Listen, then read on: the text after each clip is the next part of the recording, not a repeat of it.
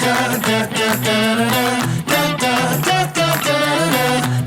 morning सांग पे आपण मैंने केमती जय जगन्नाथ मु बहुत भलर अच्छी आई होप आपण मैंने भी भलर था आप फैमिली मैंने भी भलर था एबे आसिक सखा सखा 7टा तो मुझे चा बसई आ ब्रेड भी सेकी कारण सका सका तो मतलब जहाँ भी भोक कै जार छोट छोट बेबी था से जानता मुझे केते भोक लगे मत भी बहुत भोक लगता तो मुझे ब्रेड सेकीदेली गोटे क्वेश्चन कर आपण मैंने मो ब्लॉग देखते कमेंट करना आपन को मो ब्लॉग रे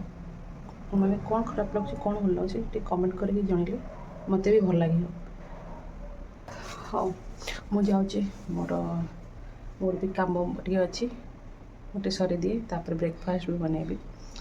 निजे भी गाधेबी तो पर कथा सांग मैंने मुझे भावुँ मुझे भूल करनी कारण एबे मो ससुर को ददिया नहीं दूसरी गोटे जिनस मुझे सेयार करना चाहूँगी कि कारण मत लगुच मुझे गलत करुचे बापा सब दलिया ही खाइबे सका खाइबे जदि तादर चीनी पड़ो लुण पड़ो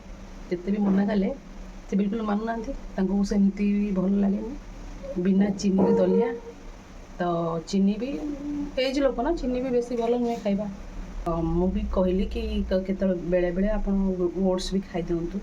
पोहा भी खाई दिंतु आम पोहा मीन से चूड़ा मतलब एठिका भाषा पोहा कहती तो सुजी भी खाई दिंतु कि से बिल्कुल बिल्कुल भी खाइबे से दलिया मुझे कौन कली ओट्स झील बनाए ओट्स सहित दलिया मिसेकी देदेली माने लुचे कह के जाए माने मत निजे को गिल्टी लगे ना मुझे सेयार करनी कहबी कारण से कहीं मिसिलु ये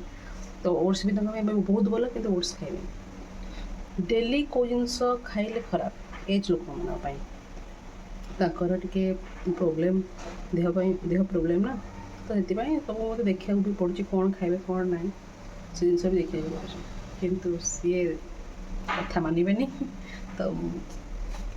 हाँ चलो दे दबानी जाऊँगी देवी दे के आसिली ना न जना पड़ो आर्या भी शोई पड़ी जाऊँ मो कम सारे और कथा आज डाली बन देती रोटी बनैबी कम शेष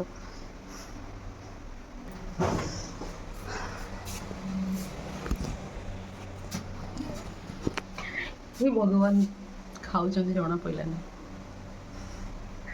एमती मिसेकी देदेवी ताले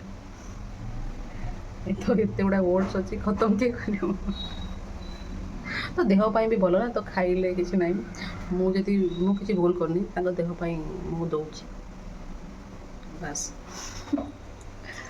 आपण मैंने भी एमती करती आप निज शाशु शशुर तो मुझे कमेंट रे लिखिकी देवे